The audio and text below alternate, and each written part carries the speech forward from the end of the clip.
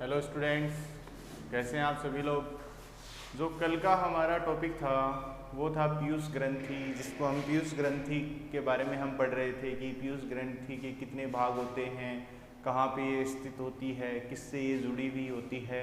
तो हमने ये इसके बहुत सारे पोर्शंस के बारे में, बहुत सारे भागों के बारे में अध्ययन किया था। हमने देखा था कि ये जो आपको यहाँ पे एक डायग्राम दिखाई दे रहा है, ये पिट्यूटरी ग्लैंड का है। पिट्यूटरी ग्लैंड का हमने एंटीरियर पार्ट पढ़ चुके थे, एडिनो हाइपोफाइसिस जिसको बोलते थे वो हम पढ़ चुके थे, लेकिन उसका जो मिडल वाला पोर्शन था MSH वो हमें पढ़ना बाकी था। हमने इसमें से देखे थे कि जो पिट्यूटरी ग्लैंड है, हमारी जो पीयूष ग्रंथि है, वह हाइपोथैलेमस से जुड़ी हुई रहती है, और जो हमारी स्पिनोइड बोन है उसकी एक कैविटी जिसको एक खांच बोलते हैं, उसकी सेला टर्सिका के अंदर उपस्थित होती है। हमने यहाँ तक उसको देखा था। और इसके जो ऊपर वाला भाग होता है ये हाइपोथैलेमस, जिसको मास्टर ऑफ मास्टर ग्लैंड बोलते हैं, वो इसको कंट्रोल करता है पिट्यूटरी को कि कौन सा हार्मोन सीक्रेट करना है, कौन सा नहीं। उसकी रिलीजिंग फैक्टर्स और इनहिबिटरी फैक्टर्स को वो क्या करता है, स्रावित करवाता है और इसको कंट्रोल करता है। जो नीचे वाला भाग है ये दो भागों में डिवाइड होता है, एक होता है एंटीरियर भाग और एक होता है पोस्टीरियर भाग। हमने देखा कि एक जो एम्ब्रियोनिक स्टेज में जो हमारी गट होती है उससे एक भाग अलग होता है, और अलग होके वो एक पाउच लाइक स्ट्रक्चर बनाता है जिसको हम रेके की थैली बोलते हैं। वो रेके की थैली तीन भागों में टूटती है, pars distalis, pars nervosa, pars tuberalis. Intermedia, pars intermedia, pars distalis, pars tuberalis तीन भागों में टूटती है। वो तीनों के तीनों भाग मिलकर क्या बनाते हैं, किसका निर्माण करते हैं, एडिनो हाइपोफाइसिस का निर्माण करते हैं। और एडिनो हाइपोफाइसिस वाला जो पोर्शन है वो कहाँ से, यहाँ से एक वेन आती है, ये जो हाइपोथैलेमस है यहाँ से कुछ ब्लड वेसल्स आती हैं जिनको अपन हाइपोफाइशियल पोर्टल सिस्टम बोलते थे, जिसके थ्रू यहाँ से सिग्नल आता है, संदेश आता है पिट्यूटरी के पास। तो आपको पता है ये हार्मोन ब्लड वेसल्स के थ्रू ही जाते हैं। और जो यहाँ से क्या सिग्नल आते हैं, कुछ रिलीजिंग फैक्टर्स रिलीज होते हैं। वो जो रिलीजिंग फैक्टर हैं वो क्या करते हैं, यहाँ से हार्मोन स्रावित करवाते हैं। हमने देखा था कि पिट्यूटरी का जो एंटीरियर पार्ट है वो ग्रोथ हार्मोन, जिसको अपन सोमेटोट्रोपिन बोलते हैं, उसका स्रावण करवाता है, जो ग्रोथ के लिए रेस्पॉन्सिबल होता है। दूसरा जो था हमारा वो थायराइड स्टिमुलेटिंग हार्मोन था, जो क्या करवाता है, यहाँ से पिट्यूटरी से TSH को रिलीज करवाता है, और वो TSH थायराइड ग्लैंड के पास में जाके थायराइड से अपने हार्मोन्स को सीक्रेट करवाती है। और उससे जो नीचे वाला भाग है, उससे जो तीसरा नंबर का जो हार्मोन है, जो थर्ड हार्मोन है, वह है LH और FSH, यानी जिसको अपन गोनेडोट्रोपिन हार्मोन भी बोलते हैं। LH एंड FSH ये स्रावित होते हैं। ये मेल और फीमेल के अंदर दोनों में हमने इनके रोल देखे थे। Spermatogenesis in male, oogenesis in female, अंडजनन और शुक्र जनन का निर्माण मेल और फीमेल में करवाते हैं। FSH कुछ हार्मोन्स को स्रावित करवाता है। मेल के अंदर टेस्टोस्टेरोन का फॉर्मेशन, फीमेल के अंदर एस्ट्रोजन और प्रोजेस्टेरोन का फॉर्मेशन करवाते हैं। उसके बाद हमने ACTH देखे थे, एड्रेनोकोर्टिकोट्रोपिक हार्मोन। यह हार्मोन, ये जो रिलीजिंग फैक्टर है, ये हाइपोथैलेमस सीक्रेट करता है, और वह जाके कहाँ पहुँचता है, इसके एंटीरियर भाग के अंदर पहुँचता है। एंटीरियर भाग के अंदर वो रिलीजिंग फैक्टर पिट्यूटरी के अग्र भाग को बोलता है कि तुम क्या सीक्रेट करो, एड्रेनोकोर्टिकोट्रोपिन हार्मोन, रिलीजिंग हार्मोन। जैसे ही वो हार्मोन रिलीज होता है वो कहाँ जाएगा, वह जाएगा एड्रिनल ग्लैंड के पास। एड्रिनल ग्लैंड का कौन सा भाग, एड्रिनल कॉर्टेक्स के पास जाएगा, जहाँ से वो वहाँ के हार्मोन्स को स्रावित करवाता है। उसके बाद में बच्चों हमने देखा न्यूरो हाइपो प्रोलैक्टिन। प्रोलैक्टिन है वो भी एंटीरियर पिट्यूटरी ही करता है। एंटीरियर पिट्यूटरी जो है वो क्या सीक्रेट करता है, प्रोलैक्टिन का सीक्रेशन करता है। प्रोलैक्टिन कहाँ सीक्रेट होता है, जो फीमेल्स होती हैं, प्रेग्नेंट फीमेल्स होती हैं, गर्भवती महिलाओं के अंदर मिल्क का फॉर्मेशन होता है, और वह मेमरी ग्लैंड्स की ग्रोथ करवाने के लिए भी रेस्पॉन्सिबल होता है, यानी मिल्क का सिंथेसिस करवाता है उनके अंदर, और ये एक इनहिबिटरी हार्मोन भी है। तो अब अपने पास में ये हमने इतने सारे तो पढ़े थे, अब अपने पास में कौन सा पोर्शन बच गया, एक तो मिडल वाला पोर्शन बच गया और एक इसका पोस्टीरियर पोर्शन बच गया। तो उन हॉर्मोन्स के बारे में देखते हैं। 3 हार्मोन हमें पढ़ने हैं। कौन कौन से? मिलेनिन स्टिमुलेटिंग हार्मोन पढ़ने हैं हमको, और नेक्स्ट कौन सा है? जो पोस्टीरियर पिट्यूटरी है ये न्यूरोसीक्रेटरी होता है, यहाँ से 2 न्यूरॉन्स आते हैं, पैरावेंट्रिकुलर न्यूरॉन्स आते हैं।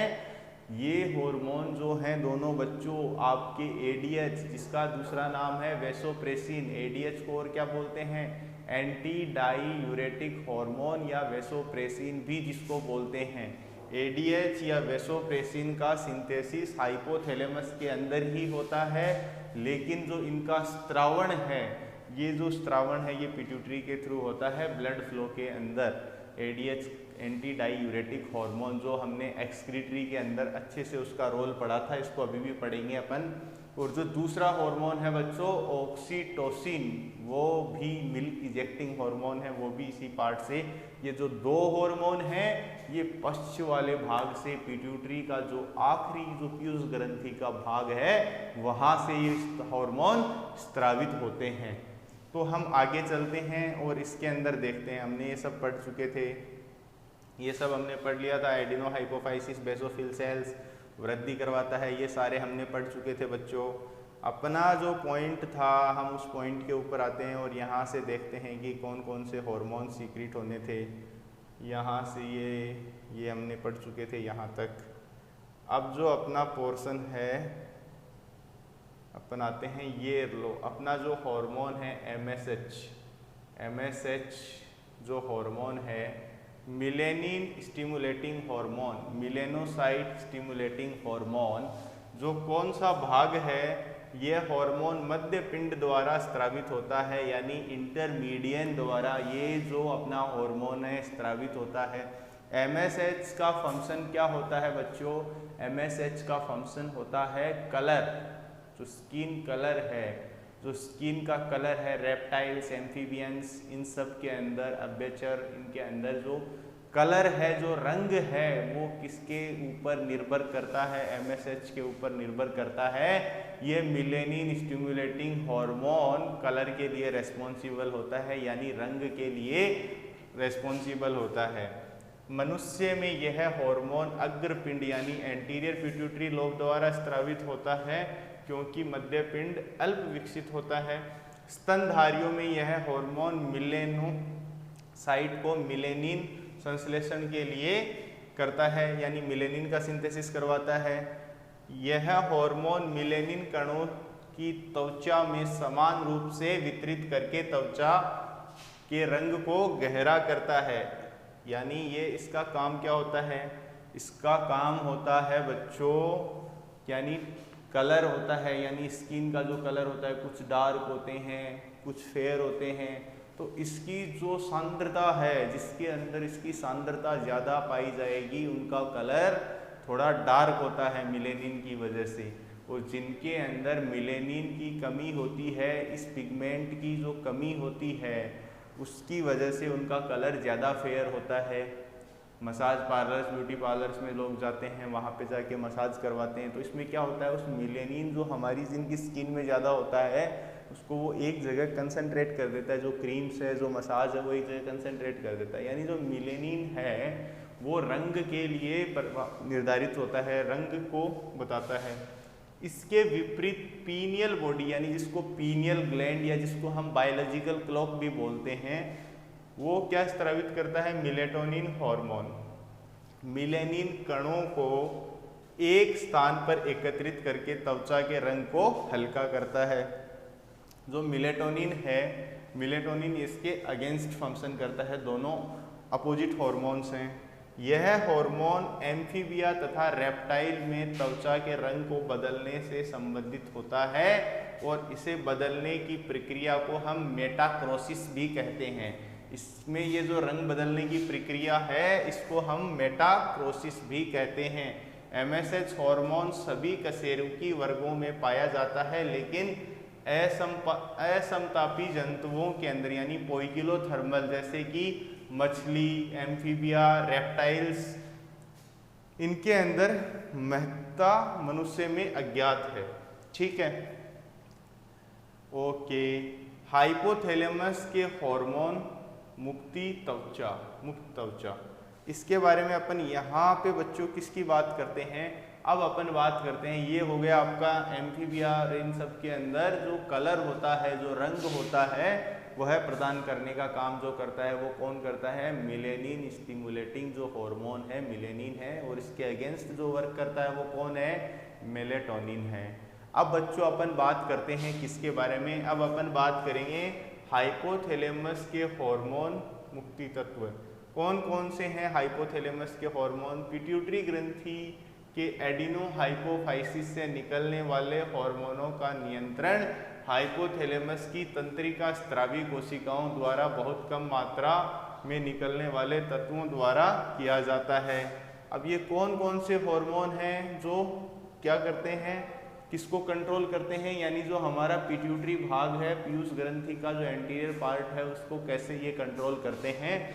जैसे मैं बात करता हूँ वृद्धि हार्मोन मुक्ति तत्व, यह हार्मोन वृद्धि के स्त्रावण को प्रेरित करता है। यानी गोनेडोट्रोपिन हार्मोन रिलीजिंग फैक्टर जिसकी हम बात करते हैं, गोनेडोट्रोपिक जो हार्मोन होता है या सोमेटोट्रोपिक जो हार्मोन होता है, उसको सीक्रेट करवाने के लिए जो आपका एंटीरियर पिट्यूटरी है, मैं अगर बात करता हूँ जो आपका हाइपोथैलेमस है, मैं बोलता हूँ कि ये है बच्चों हाइपोथैलेमस, और यहाँ से ये है कुछ पिट्यूटरी का भाग ऐसा ऐसा, तो यहाँ से ये क्या है, इसको अपन क्या बोलते हैं? हाइपोथैलेमस बोलते हैं। हाइपोथैलेमस को अपन क्या बोलते हैं? हाइपोथैलेमस को अपन बोलते हैं मास्टर ऑफ मास्टर ग्लैंड। इसको हम क्या बोलते हैं? Master of master gland, master of master gland, master of master gland भी हम इसे बोलते हैं।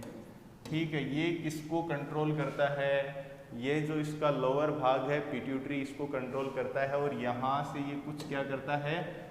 न्यूरॉन्स होते हैं जो रिलीजिंग फैक्टर्स को सीक्रेट करवाता है। रिलीजिंग फैक्टर्स जो होते हैं यहाँ से, जैसे ग्रोथ हार्मोन का कौन है? GHRH। GHRH का मतलब है ग्रोथ हार्मोन रिलीजिंग फैक्टर। अब मैं बात करता हूँ थायराइड हार्मोन रिलीजिंग फैक्टर, तो इसके लिए क्या आ जाएगा? TRF, thyroid hormone releasing factor आ जाएगा TRF। TRF की अगर मैं बात करता हूँ, तो ये बच्चों ये सारे के सारे जो हार्मोन्स हैं, कुछ रिलीजिंग फैक्टर्स हैं, वो सीक्रेट कौन करता है? हाइपोथैलेमस करता है। और ये रिलीजिंग फैक्टर्स को सीक्रेट करके इसको क्या करता है? कंट्रोल करता है। किस तरीके से कंट्रोल करता है? वृद्धि हार्मोन मुक्ति तत्व में यहाँ पे ये रिलीजिंग फैक्टर यानी ग्रोथ हार्मोन रिलीजिंग फैक्टर को स्रावित करेगा। वो जो ग्रोथ हार्मोन रिलीजिंग फैक्टर है वो कहाँ जाएगा? पिट्यूटरी के पास में जाएगा, और पिट्यूटरी के उस भाग में जाके उसको रिलीज करवाएगा। तो इस तरीके से ये करता है। सेकंड है ग्रोथ हार्मोन इनहिबिटरी फैक्टर और सोमेटोस्टेटिन, ये वृद्धि हार्मोन के स्त्रावण को अवरोधित करता है। अगर सोचो यहाँ से बच्चों क्या हुआ? रिलीजिंग फैक्टर, यहाँ से ये है आपका हाइपोथैलेमस, ये हाइपोथैलेमस से आपका रिलीजिंग फैक्टर रिलीज हुआ, रिलीजिंग फैक्टर इसने किया। ठीक है, कौन सा? ग्रोथ हार्मोन रिलीजिंग फैक्टर इसने स्रावित किया, और ये ग्रोथ हार्मोन रिलीजिंग फैक्टर क्या कर रहा है? ग्रोथ को क्या कर रहा है? ग्रोथ को बढ़ा रहा है, मतलब ग्रोथ में वृद्धि कर रहा है। तो यहाँ से एक हार्मोन, और ये कैसा है? पॉजिटिव है, ये पॉजिटिव फीडबैक चल रहा है। यहाँ से बच्चों ये ग्रोथ को क्या कर रहा है? ग्रोथ को ये बढ़ा रहा है, ये ग्रोथ को क्या कर रहा है? इंक्रीज कर रहा है। अब ग्रोथ ज़्यादा होने की वजह से सिग्नल आएगा यहाँ से जाएगा नेगेटिव फीडबैक, और यहाँ से सीक्रेट होगा GHIF का मतलब है growth hormone inhibitory factor, growth hormone inhibitory factor, growth hormone inhibitory factor. ये ग्रोथ हार्मोन इनहिबिटरी फैक्टर क्या करेगा? ये जो हार्मोन ग्रोथ को बढ़ा रहा है, तो ये क्या करेगा? ग्रोथ को बच्चों कम करेगा। ये ग्रोथ को क्या करेगा? कम करेगा। ये जो इसकी जो ग्रोथ है इसको ये क्या करता है? कम करता है, यानी ये ग्रोथ को डाउन करता है। यहाँ पे नेक्स्ट मैं बात करूँ थायरोट्रोपिन मुक्ति हार्मोन यानी थायरोट्रोपिन रिलीजिंग हार्मोन, ये है TSH के स्त्रावण को प्रेरित करता है। किसके स्त्रावण को प्रेरित करता है? TSH के यानी थायराइड स्टिमुलेटिंग हार्मोन का जो स्त्रावण होता है उसको प्रेरित कौन करता है? उसको प्रेरित करता है थायरोट्रोपिन रिलीजिंग हार्मोन। ओके, यहाँ पे आप देख रहे हैं स्फुटिका उत्तेजनिक हार्मोन यानी फोलिकुलर स्टिमुलेटिंग रिलीजिंग हार्मोन, और इसके यहाँ पे ये क्या करवाएगा? FSH के स्त्रावण को प्रेरित करवाएगा। और जो ल्यूटिनाइजिंग रिलीजिंग हार्मोन है, ल्यूटिनाइजिंग हार्मोन रिलीजिंग फैक्टर है, वो LH के लेवल को इंक्रीज करवाता है, यानी ल्यूटिनाइजिंग जो हार्मोन है उसको स्त्रावित करवाता है।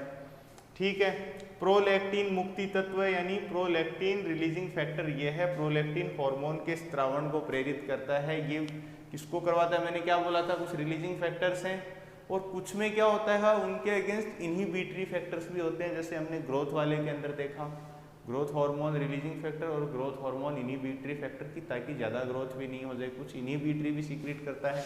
इनमें भी पॉजिटिव फीडबैक और नेगेटिव फीडबैक होता है दोनों में। ये हो गया बच्चों MSH आपका, मिलेनिन स्टिमुलेटिंग हार्मोन। ये क्या करता है? मिलेनिन को क्या करता है? ये मिलेनोसाइट स्टिमुलेटिंग रिलीजिंग फैक्टर होगा, तो ये MSH के लेवल को बढ़ाएगा।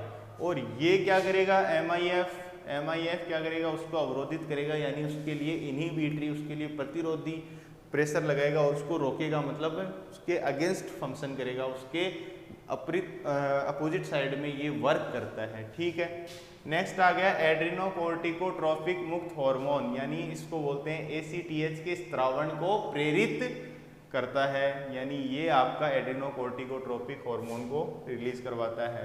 अब आगे बच्चों कौन कौन से आपके, ये आ गया पश्चपिंड या न्यूरोहाइपोफाइसिस। न्यूरोहाइपोफाइसिस जो है ये हाइपोथैलेमस है, यहाँ से ये कुछ हियरिंग बॉडी और पिट्यूटरी साइड सेल्स हैं, यहाँ से ये क्या करता है, इसमें क्या होगा, पीयूष ग्रंथि का पश्चपिंड पूरी ग्रंथि का 1/4 होता है, पूरी जो ग्लैंड होती है उसका 1/4 पार्ट होता है। यह भाग तंत्रिका उत्तक के समान होता है, क्योंकि इसमें हाइपोथैलेमस की तंत्रिका स्त्रावी कोशिकाओं से एक्सोन के सिरे फूले हुए होते हैं। ये इन फूले हुए सिरों से हेरिंग काय कहते हैं। ये जो फूले हुए जो एक्सोन के जो फूले हुए नोड्स हैं इनको क्या कहते हैं अपन? हियरिंग बॉडी कहते हैं। एक्सोन के बीच में बड़ी शाखित व्यासक न्यूरोगिलियल कोशिकाएं होती हैं जिन्हें पिट्यूटरी कहते हैं। बड़ी बड़ी सेल्स होती हैं जिनको हम क्या बोलते हैं?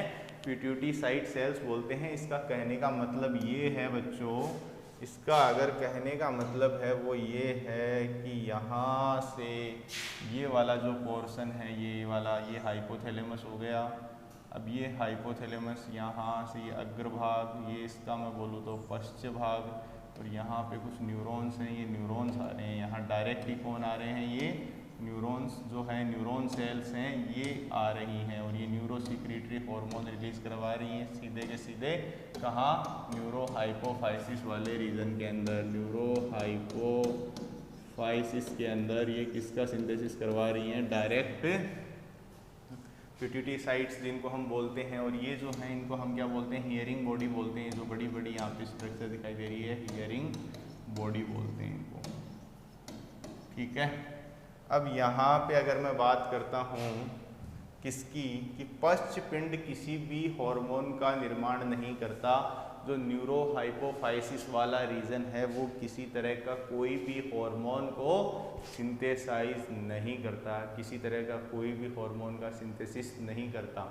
क्यों? क्योंकि यहाँ पे जो हार्मोन बनते हैं वह हाइपोथैलेमस से न्यूरोसिक्रीटरी न्यूरोस्त्रावी कोशिकाएं, तंत्रिका स्त्रावी कोशिकाओं के द्वारा कहाँ पे स्त्रावित होते हैं? आपके पिट्यूटरी वाले यानी पीयूष ग्रंथि के पश्चिम भाग में डायरेक्ट सीधे स्त्रावित होते हैं, वो यहाँ नहीं बनते। यानी ये पश्चपिंड किसी हार्मोन का निर्माण नहीं करता। यह है उपस्थित हार्मोन का निर्माण मस्तिष्क के हाइपोथैलेमस की भित्ति के अनेक स्थानों पर तंत्रिका स्त्रावी केंद्र में होता है। जो पैरावेंट्रिकुलर न्यूक्लियस है, जो आपका हाइपोथैलेमस है, वहाँ पे हाइपोथैलेमस किसका भाग है? तंत्रिका तंत्र का है। वहाँ पे कुछ पैरावेंट्रिकुलर न्यूक्लियस होते हैं, वहीं पे इनका जो पश्च भाग है न्यूरोसिक्रीटरी, इनका सिंथेसिस, इनका संश्लेषण होता है। अब मैं बात करता हूँ यानी सुप्रा ऑप्टिक केंद्र तथा पैरावेंट्रिकुलर केंद्र, यहाँ पे इनका फॉर्मेशन होता है। इन केंद्रों में हार्मोन का संश्लेषण होता है। निर्माण के पश्चात यह हार्मोन पश्च पिंड में दो प्रोटीन न्यूरोफाइसिन फर्स्ट और न्यूरोफाइसिन सेकंड की सहायता से संचित हो जाते हैं। दो प्रोटीन हैं, इन प्रोटीन की सहायता से ये यहाँ पे सीक्रेट हो जाते हैं तथा आवश्यकता पड़ने पर पश्च पिंड इन्हें रक्त में स्रावित कर देता है। अगर आवश्यकता पड़ती है तो जो पोस्टीरियर पोर्शन है वो इनको कहाँ स्रावित कर देगा, पीछे वाले पोर्शन में इन दोनों को स्रावित कर देगा। यानी ये क्या बोल रहा है कि जो आपका पोस्टीरियर भाग है, यहाँ पे ये जो पोर्शन है, ऐसा जो पोर्शन है यहाँ पे इस ग्लैंड का, और यहाँ से ये वाली ग्लैंड, अब यहाँ से ये जो दोनों की दोनों पैरावेंट्रिकुलर न्यूक्लियस हैं, यहाँ ही इनका फॉर्मेशन होता है। और ज़रूरत पड़ने के ऊपर क्या होता है बच्चों, जैसे ही इन हार्मोन की ज़रूरत पड़ती है तो ये पोस्टीरियर यानी पश्च पिंड, पोस्टीरियर भाग यानी पश्च भाग में, पश्च पिंड में इनको स्त्रावित कर देता है, इन दोनों हार्मोन को स्त्रावित कर देता है। कौन? ये जो न्यूरोसिक्रीटरी पैरावेंट्रिकुलर न्यूक्लियस हैं, ये यहाँ पे एक प्रोटीन बताए गए हैं, न्यूरोफाइसिन फर्स्ट एंड न्यूरोफाइसिन सेकंड की सहायता से संचित हो जाते हैं तथा आवश्यकता पड़ने पर पश्च पिंड इन्हें रक्त में स्त्रावित कर देता है। पश्च पिंड जो है, पोस्टीरियर जो भाग है, वो इनको कहाँ सीक्रेट कर देता है, वो इनको रक्त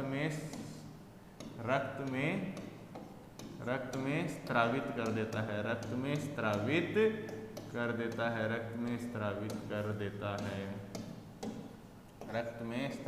कर देता है। तो ये आपको हमेशा ध्यान में रखने वाली बात है। जब भी ज़रूरत पड़ती है तो ये कहाँ सीक्रेट हो जाते हैं, रक्त के अंदर स्त्रावित हो जाते हैं। वैसोप्रेसिन या पिट्रेसिन, यानी जिसको अपन पिटोसिन भी बोलते हैं, या एंटीरियर पिट्यूटरिक हार्मोन ADH का जो स्त्रावण है वो कहाँ होता है, वहीं होगा ऊपर पैरावेंट्रिकुलर न्यूक्लियस में न्यूरोफाइसिन फर्स्ट और न्यूरोफाइसिन सेकंड की सहायता से ये कहाँ आ जाते हैं, पश्च पिंड में आते हैं। फिर ये यहाँ से पश्च पिंड यहाँ पे रक्त धाराओं में इनको बहा देता है। अब ये जो ज़रूरत पड़ती है, जब ये ADH का फंक्शन क्या है, अभी अपन ने बहुत अच्छे से देखा था उत्सर्जन तंत्र के अंदर, ये ADH है। वैसोप्रेसिन या ADH का मुख्य कार्य वृक्क नलिकाओं में दूरस्थ कुंडलित नलिका यानी डिस्टल कॉन्वोल्यूटेड ट्यूब्यूल तथा संग्रहित नलिकाओं के ऊपरी भाग में जल का पुनरावशोषण को बढ़ाता है, जिससे मूत्र की मात्रा कम हो जाती है। इसलिए इसे हम मूत्र रोधी हार्मोन भी बोलते हैं। ये देखो, ये ADH जो सीक्रेट होता है, ADH का काम क्या होता है, जो ADH सीक्रेट हुआ, ADH जो हमारे पश्च भाग से स्त्रावित हुआ, ये ADH क्या करेगा, यानी एंटी डायूरेटिक हार्मोन या वैसोप्रेसिन है, ये जो हमारा नेफ्रॉन है, यानी जो वृक्क की संरचनात्मक व कार्यात्मक इकाई वृक्क की जो है वो नेफ्रॉन है, नेफ्रॉन के अंदर जाके ये जो हमारा दूरस्थ कुंडलित नलिका व संग्रहित नलिका दोनों के अंदर क्या करेगा, वाटर का पुनरावशोषण करेगा। जितना ज़्यादा जल का पुनरावशोषण होगा उतना ही आपका जो यूरिन है, आपका जो मूत्र है, वो सांद्रित मूत्र का निर्माण करता है। ये चीज़ आपको याद रखनी है, ठीक है। यहाँ पे यह हार्मोन कई ऊतकों की रक्त वाहिनियों को सिकोड़कर रक्त दाब को भी बढ़ाता है।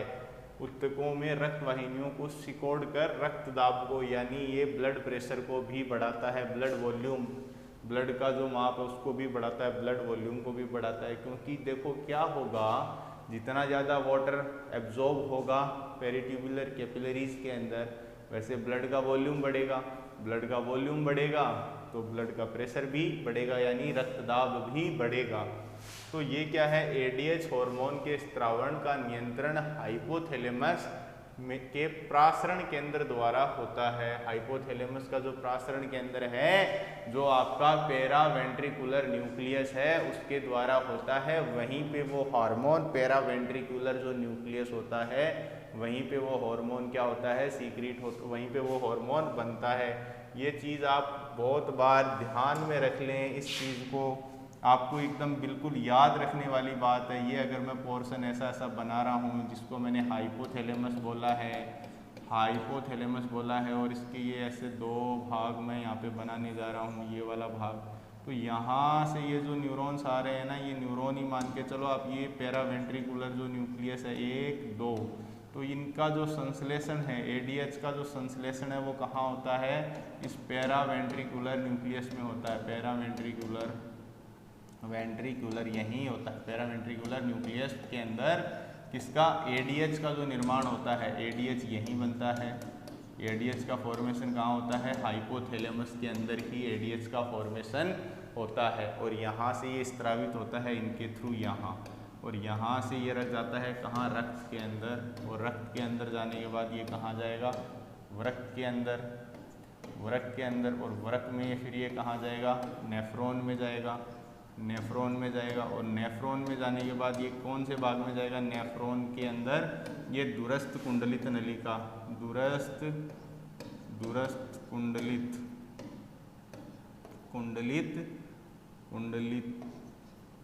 नलिका, दूरस्थ कुंडलित नलिका व दूरस्थ कुंडलित नलिका और संग्रहित नलिका में जाएगा, संग्रहित नलिका में जाएगा, संग्रहित नलिका में जाएगा। वहाँ पे जाने के बाद में ये क्या करता है, वहाँ पे जाके ये वाटर का, जल का पुनरावशोषण करेगा, जल का पुनरावशोषण करता है, पुनरावशोषण करता है। और पुनरावशोषण करने से क्या होगा, जल ज़्यादा पुनरावशोषित होगा, तो जल के पुनरावशोषित होने से ब्लड का जो वॉल्यूम है वो बढ़ेगा, ब्लड वॉल्यूम बढ़ने से ब्लड का प्रेशर भी बढ़ेगा। तो ये बात आप याद रखें। अगर यानी यहाँ पे अपन और देख सकते हैं क्या कि वैसोप्रेसिन हार्मोन एडीएच अल्प स्त्रावण हाइपोसीक्रेशन से मूत्र में मात्रा बढ़ जाती है। अगर एडीएच का सिंथेसिस कम होता है, वाटर का एब्जॉर्प्शन कम होगा, वाटर का एब्जॉर्प्शन कम होगा तो वाटर ज़्यादा निकलेगा, वाटर ज़्यादा निकलेगा तो ब्लड वॉल्यूम कम होगा, ब्लड वॉल्यूम कम होगा तो यानी ब्लड प्रेशर भी कम होगा।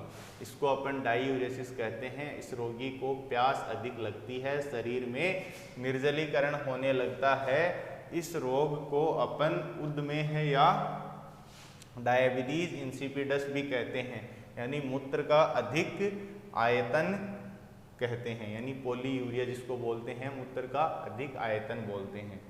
एडीएच के कम स्त्रावण से ईसीय बाह्य कोशिका में तरल की कमी हो जाती है तथा रक्त दाब घटने लगता है, यानी ब्लड प्रेशर भी क्या होता है, कम होता है, क्योंकि ब्लड वॉल्यूम कम होता है, मूत्र तनु तथा रक्त गाढ़ा हो जाता है, यानी जो आपका यूरिन है वो तो क्या हो जाएगा, हल्का हो जाएगा, जो है वो तनु हो जाएगा यानी डाइल्यूट हो जाएगा, और रक्त है वो गाढ़ा हो जाएगा, बिल्कुल गाढ़ा रक्त हो जाएगा। खाली पेट चाय, कॉफ़ी या ज़्यादा अल्कोहल पीने पर भी एडीएच का स्त्रावण कम होता है, यानी खाली पेट अगर अपन चाय, कॉफ़ी या अल्कोहल लेते हैं तो एडीएच का जो स्त्रावण होता है वो कैसे होता है, कम होता है। ओके, एडीएच हार्मोन का स्त्रावण रेगिस्तान में पाए जाने वाले जंतुओं में अधिक होता है, यानी जो कहाँ रहते हैं, रेगिस्तान के अंदर जो जीव रहते हैं उनके अंदर जो एडीएच होता है उसका निर्माण क्या होता है, कम या ज़्यादा, उसका स्त्रावण अधिक होगा। ठीक है, उसका स्त्रावण अधिक होने से क्या होगा, उनको वाटर का ज़्यादा रीएब्जॉर्प्शन यानी ज़्यादा पुनरावशोषण करना पड़ता है, क्योंकि उनके यहाँ पे पानी की कमी होती है, उनको पानी इतना इजीली मिलता नहीं है, तो इनके अंदर इसका स्त्रावण पहले से ही ज़्यादा होता है। कंगारू चूहे या डाइपोमिस में एडीएच का स्त्रावण अधिक होता है। कंगारू चूहा अपने पूरे जीवन काल में कभी भी पानी नहीं पीता, कंगारू चूहा कभी पानी नहीं पीता। इन जो ये सारे जानवर हैं, डेजर्ट वाले जो जानवर हैं, इनके अंदर क्या होगा, ADH का जो स्त्रावण होगा वो अधिक होगा। लास्ट एंड फाइनल अपन बात करते हैं ऑक्सीटोसिन या पिटोसिन। यह मुख्य शिशु जन्म हार्मोन होता है। यह हार्मोन गर्भावस्था के अंतिम समय में गर्भाशय की भित्ति की अरेखित पेशियों में तीव्र संकुचन को प्रेरित करता है। वह शिशु जन्म से पहले इन्हीं गर्भाशय संकुचनों के कारण पार्श्व पीड़ा यानी लेबर पेन होती है। ये जो ऑक्सीटोसिन या जो पिटोसिन हार्मोन है ये कब सीक्रेट होता है, लेबर पेन जब होता है at the time of parturition यानी डिलीवरी के टाइम जब पता चलता है तो लेबर पेन होना स्टार्ट होता है, वो इस हार्मोन के सीक्रेशन होने की वजह से ही होता है। इसको अपन क्या कहते हैं, शिशु जन्म हार्मोन भी कहते हैं। ठीक है, शिशु जन्म पार्चुरेशन के समय यह हार्मोन माता की पीयूष ग्रंथि द्वारा स्रावित होता है। आपको सभी को पता है पीयूष ग्रंथि के पश्चपिंड भाग से ये स्रावित होता है, ये बात अपने को याद रखनी है। कोपुलेशन के समय यह हार्मोन यानी संभोग के समय यह हार्मोन गर्भाशय की पेशियों में संकुचन करवाता है। कहाँ पे, जब क्या होता है आपका अपने जो कोपुलेशन होता है, संभोग होता है, संभोग के टाइम पे इसका सीक्रेशन होता है तो यहाँ पे कॉन्ट्रैक्शन ज़्यादा होंगे। या फिर ये किसके टाइम करवाएगा, जब भी डिलीवरी या पार्चुरेशन के टाइम में क्या होगा, जैसे पार्चुरेशन होता है तो कॉन्ट्रैक्शन बढ़ाने के लिए इसका सीक्रेशन होता है। सीक्रेट कौन करता है, एंटीरियर पार्ट। कौन सा पार्ट सीक्रेट करेगा, एंटीरियर पार्ट आपका सीक्रेट करता है।